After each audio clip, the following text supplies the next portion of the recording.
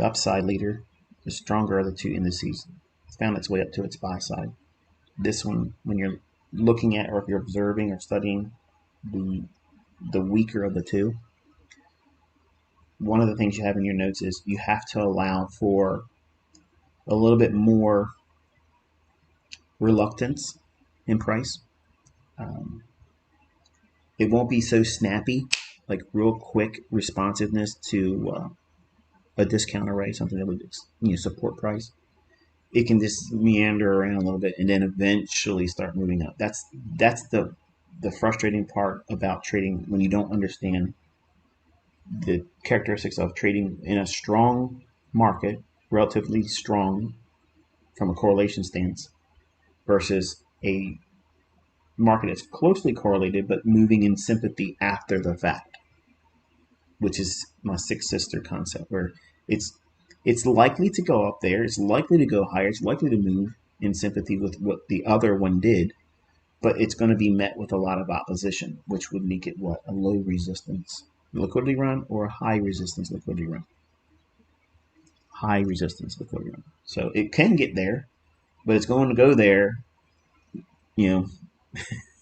I gave a story about when I was getting my CDL, I had to go take a Greyhound bus, and I've never taken a Greyhound bus ever in my life, but I had to go down to Charlottesville in Carolina, and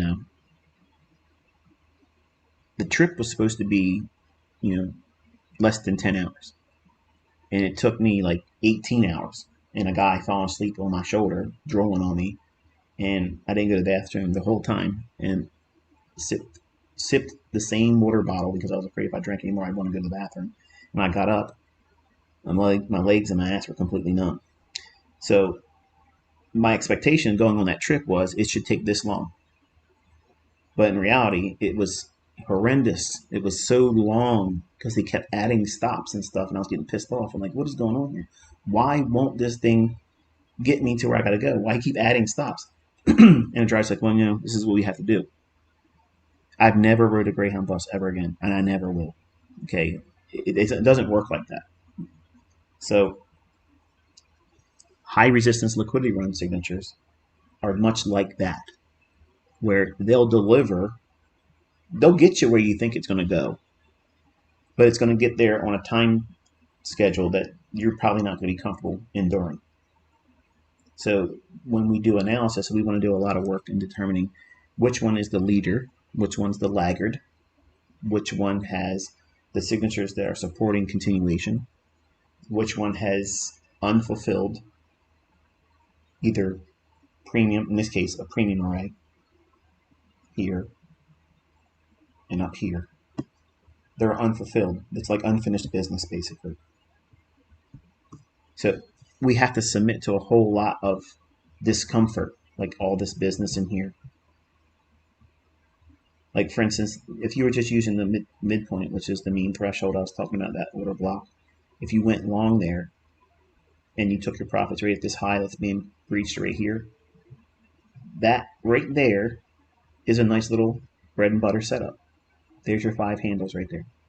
We've taken out that high, and we want to see, does it have speed above this high into this gap? I wanted to show you which one's stronger. Do it on my minute chart on that there. Which one's stronger? There's a line of balance right here. Look at the bodies. Remember, I'm telling you, look at that. There's a fair value gap. Order block hits it, rallies. We're over here. It's moving up, but it's moving at a pace that's being met with rally, pause, work out the idea of the PD array. Is it going to hold? Is it going to use it to consolidate? And then tears through it. So now we want to see it leave this area with momentum and speed to get up into here. Because as it gets higher, any stops up here, they're going to be like, okay, I'm going to collapse on trade and get out. They don't usually let that type of thing happen.